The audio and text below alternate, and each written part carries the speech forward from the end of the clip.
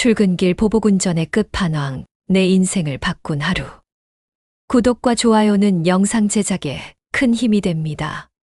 출근길이 시작된 시간은 아직 완전히 밝지 않은 새벽이었다. 도시의 불빛들이 하나둘씩 꺼지고 하늘은 점점 밝아오고 있었다. 40대 후반의 남자는 평소와 다름없이 집을 나섰다. 무겁고 지친 몸을 겨우 움직여 차량 문을 열고 운전석에 앉았다. 조용히 시동을 걸며 오늘 하루도 무사히 보내길 다짐했다. 그는 차창 밖으로 보이는 조용한 거리를 보며 마음속으로 속도를 조절했다. 고속도로 진입로에 들어서자 길은 한산했다. 서늘한 공기가 창문 틈 사이로 들어왔다. 주변에는 몇몇 차량들이 조용히 움직이고 있었다. 하지만 평화로운 분위기는 오래가지 않았다. 갑자기 뒤에서 들려오는 거칠고 강렬한 엔진 소리가 그의 신경을 자극했다. 검은색 외제 승용차 한 대가 마치 폭풍처럼 빠르게 다가왔다. 그는 처음엔 그냥 빨리 가는 차량 정도로 생각했다. 하지만 그 차는 점점 차간거리를 좁히며 위험한 운전을 시작했다. 갑자기 경적을 여러 번 울리며 그의 뒤를 바짝 쫓았다. 그는 당황했지만 마음을 다잡고 안전거리를 유지하려 했다. 그러나 외제차 운전자는 아무런 양보 없이 차선을 급격히 바꾸며 급브레이크를 밟아 위협했다. 고속도로 한가운데에서 갑자기 차를 멈춰 그의 진로를 막았다. 남자는 놀라고 분노했지만 차를 멈추고 조심스레 내렸다. 상대방 운전자는 차에서 내려 도로 위에서 위협적인 몸짓을 했다. 욕설과 고함이 고속도로를 울렸다. 주변 차량들은 놀라서 속도를 줄이고 멀찍이 서 상황을 지켜보았다. 남자는 차분하려 애썼지만 상대방의 행동은 점점 더 거칠어졌다. 두 사람은 서로 말싸움을 벌였고 분위기는 점점 험악해졌다. 신고를 받고 경찰이 도착했고 고속도로 위는 긴장감으로 가득 찼다. 이날 출근길은 평범하지 않았다. 비상식적이고 위험천만한 보복운전이 생명과 안전을 위협하는 심각한 사건으로 번져버렸다. 출근길에 벌어진 그 치열한 보복운전 사건은 경찰과 주변 사람들의 도움으로 일단락되는 듯 보였다.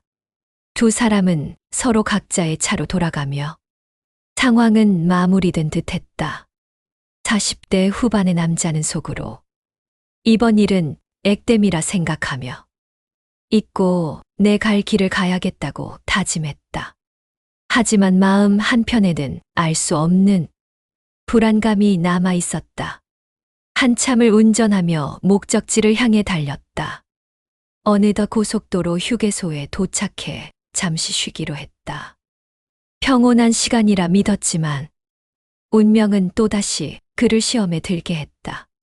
휴게소에 들어서 주차장을 둘러보던 그는 갑자기 등 뒤에 익숙한 검은 외제차가 자신이 주차한 바로 옆자리로 들어서는 것을 목격했다. 순간 마음이 복잡해졌다. 왜 저럴까라는 생각과 함께 그냥 무시하자라는 결론을 내렸다. 평소 같으면 대놓고 뭐라고 하겠지만 이번만큼은 끝내자고 스스로 다짐했다. 남자는 휴게소 안보리를 보기 위해 차에서 내려 화장실로 향했다. 돌아와서 충격과 분노가 치밀어 올랐다.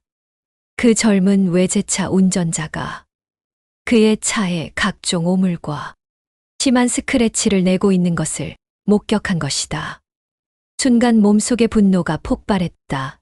더는 참을 수 없었다. 남자는 젊은 남자를 향해 힘껏 밀쳤다. 두 사람은 즉시 몸싸움을 시작했다. 주변 사람들은 놀라며 신고를 했고 휴게소는 순간 아수라장이 되었다. 서로의 감정이 격해져 육탄전까지 번진 싸움 속에서 남자는 더 이상 침착할 수 없었다. 화가 치밀었고 이성을 잃은 듯 상대를 밀쳐냈다. 주변 사람들은 황급히 두 사람을 말리려 애썼지만 쉽게 진정되지 않았다. 시간이 흐르자 누군가 수근거리기 시작했다. 젊은 운전자가 술 냄새를 풍긴다는 것이었다. 이 소식은 점점 퍼져나갔고 사람들은 술 취한 상태에서 벌어진 무모한 행동이라며 혀를 찼다. 경찰이 도착하기 직전 젊은 외제차 운전자는 차에 올라타 도망치려 했다. 순간 주변 사람들이 일제히 움직였다. 남자가 혼자 힘으로는 잡을 수 없을 것이라 판단하고 도와주려 다가갔다. 몇몇은 차 앞을 막았고 몇몇은 운전자를 붙잡으려 애썼다. 긴박한 순간이었고 모두가 숨을 죽이며 지켜봤다. 그렇게 경찰이 도착하기 전까지 짧지만 강렬한 긴장감이 고조되었다. 결국 젊은 운전자는 완전히 붙잡히지 못한 채 차를 몰아 급히 그 자리를 떠났다. 젊은 외제차 운전자는 급히 도망쳤고 얼마 지나지 않아 경찰이 현장에 도착했다. 남자는 떨리는 손으로 블랙박스 영상을 보여주며 사건 경위부터 모든 상황을 차분하게 설명했다. 고속도로 위에서 벌어진 보복운전부터 휴게소에서의 오물과 차량 손상까지 숨김없이 전했다. 경찰은 꼼꼼히 기록하며 남자의 몸 상태를 살폈다. 온몸에 멍이 들어 여기저기 아팠고 남자는 그제야 실감했다. 평소에는 생각지도 못했던 일이 자신에게 닥쳤다는 사실에 몸과 마음이 무너져 내렸다. 결국 그는 그 자리에서 주저앉고 말았다. 주변에 있던 사람들이 서둘러 물과 앉을 의자를 가져다 주며 진정하라고 다독였다. 제정신 아닌 사람도 있다. 살다 보면 이런저런 사람이 많으니 너무 마음 쓰지 말라며 따뜻한 말로 위로했다. 남자는 차에 대한 손해도 컸지만 무엇보다 큰 충격에 정신이 혼미해졌다.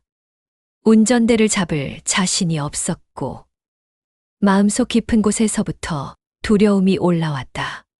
결국 보험사에 연락해 사고 처리 절차를 밟고 나서 출근을 포기하고 집으로 돌아갔다.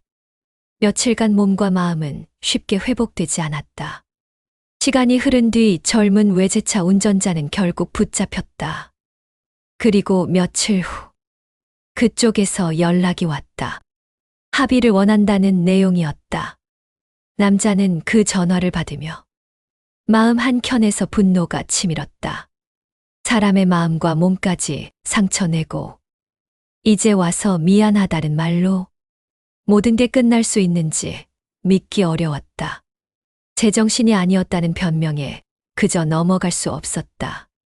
상대방은 변호사까지 대동하며 돈으로 문제를 해결하려는 듯했다.